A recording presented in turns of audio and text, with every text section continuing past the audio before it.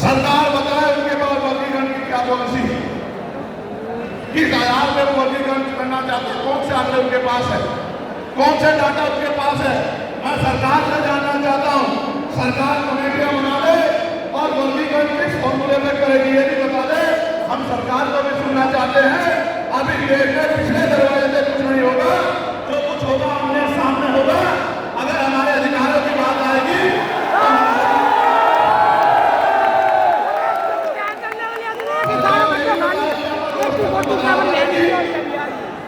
क्या सरकार रोस्टर में बदलाव करेगी, सरकार बताएगी। हमारे लोग तो अभी सही तरह चीजों को नहीं जानते। मैं ये विश्वास दिलाता हूँ, डीएससी के भाइयों को कह रहा हूँ, मेरी बात को गौर से सुनना। डीएससी के भाइयों को कह रहा हूँ, उन जातियों को जो लोग आंदोलन कर रहे हैं, आपको एहसास नहीं है, जब देने की बारी आएगी हम बताएंगे अपने भाइयों को किस तरह से आगे बढ़ाया जाता है। क्या बात है।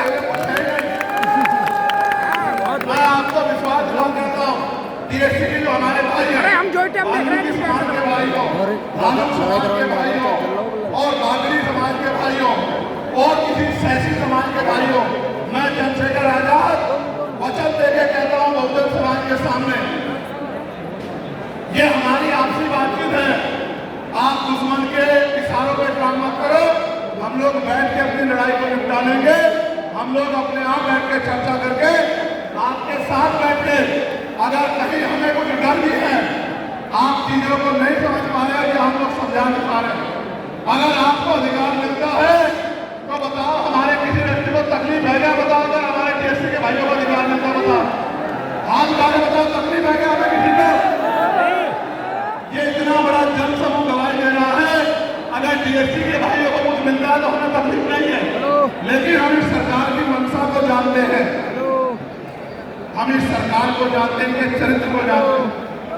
ये लेना कुछ नहीं चाहती, ये तो इसको अटका के रखना चाहती है।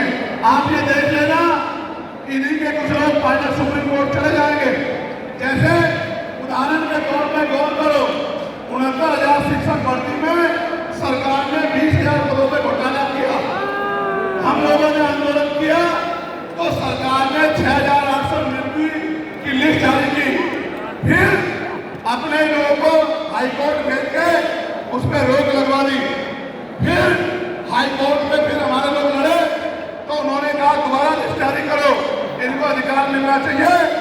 तो वोट लेने के लिए हमारे लोगों के सामने कहा कि भाई मिलना चाहिए, हम समर्थन करते हैं। लेकिन अपने लोगों को सुप्रीम कोर्ट भेज दिया और सुप्रीम कोर्ट में इनके बैठे जजों ने फिर से उस पर रोक लगा दी। इसलिए हमें इनकी नीयत पे शक होता है। मुझे डर ये भी है